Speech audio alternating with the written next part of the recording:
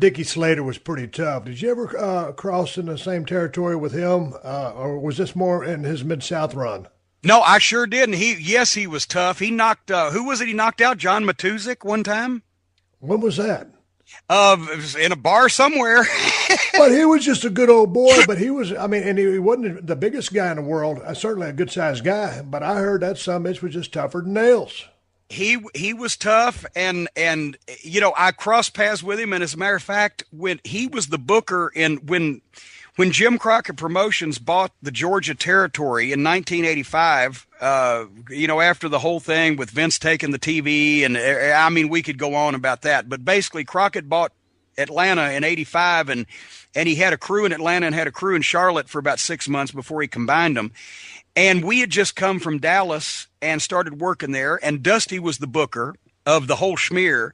And he gave orders that the Midnight Express is going to go over every night. With even Bob Eaton and Dennis Condrey, they even split battle royals as heels. We were not defeated. And nobody touched me, right? Because he was saving it for the rock and roll in himself. Well, Dick Slater was the booker in Atlanta, and he and Buzz Sawyer one night, I guess it was in Charleston, West Virginia, decided to go Broadway 30 minutes with the Midnight. And of course, afterwards, we did what we were told, but afterwards, Dennis said, that ain't right. Dusty said we were supposed to go over. He's got big plans for us. You better call the office, Corny.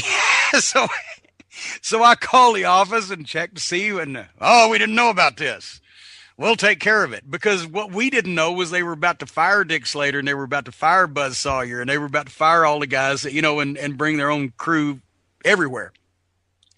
So we show up at the next town somewhere in Ohio the next night, and I got a couple of hot dogs, right, because I was starving, and I got a couple of hot dogs, and I just sat down in the locker room, started to eat them, and Slater comes in and says, "Cornette, I need to see you." I'm like, oh, shit. Can I finish my hot dogs? He's like, "You may not want to." I'm shitting, right? Dennis and Bobby said, we're out right outside to go talk to him, whatever. What is he going to prove how tough he is by beating me up, right? So he called the office on me. I said, "Dick, all I can tell you is that Dusty told us this is what's going to happen. And we were calling to check and make sure because it was contrary to what we were told." Right. And I'm like, oh God. And he said, "Well, I know what's going on and I know what they're doing, but I didn't know what we were coming back with and why beat us and why beat you. We just went Broadway." I said, "Well, hey, we're here to do whatever." So I was shaking like a dog shitting peach seeds, but Slater was a tough son of a gun, and everybody knows the story with Sting, and I like Sting, and I don't mean to embarrass him publicly, but if you don't know it, I'll tell it to you. I've heard the story, but not a very good description of the story. What the hell happened?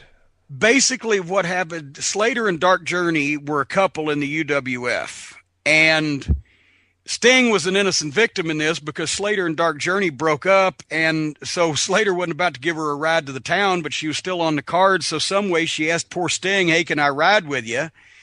And they come in together, and somebody went over in the heel locker room and told Slater, "Hey, Dark Journey just came in with Sting," and Slater got mad, and at the time you didn't do this, busted across the building into the babyface locker room and fucking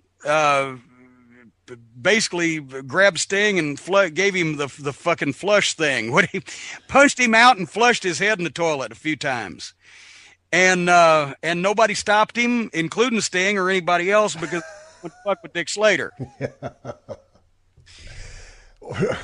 What was the deal? Hey, that when you brought up Dark Journey, the feud with her and Missy Hyatt was it was gold for me. The loaded Gucci bag, those are some badass cat fights. Did you dig all that action back in? Yeah, because back then it wasn't about the divas having their little 4-minute. I'm not trying to knock. It wasn't. No. Yeah, but it was just like two chicks. Two chicks. I mean, women. And they weren't wrestlers; they were valets, but women, and they were getting into real deal badass cat fights, and that was some quote unquote real shit. Yeah, and when Missy Hyatt was it Missy Hyatt that had the loaded Gucci bag because she had the money? Yes. So Missy had that. I mean, the loaded Gucci bag was over with me because I just knew that son bitch had a brick in that motherfucker. Yeah, and that's the thing, is that there's nothing worse. There's nothing worse than having pretty women try to do professional wrestling. Because I'm not being sexist here, but I saw Stacy Keibler one time. She took a kick to the gut, and her legs were so long and she was so thin. When she bent over to sell it, she got off balance and just fell. Didn't fall down, just staggered backwards all the way across the ring and almost fell through the ropes. The old days of where, Moolah trained these salty females to fight, is long gone. And there's nothing worse than seeing pretty women who can't wrestle try to wrestle, but seeing pretty women who are going to have a cat fight and who really look like they mean it was money.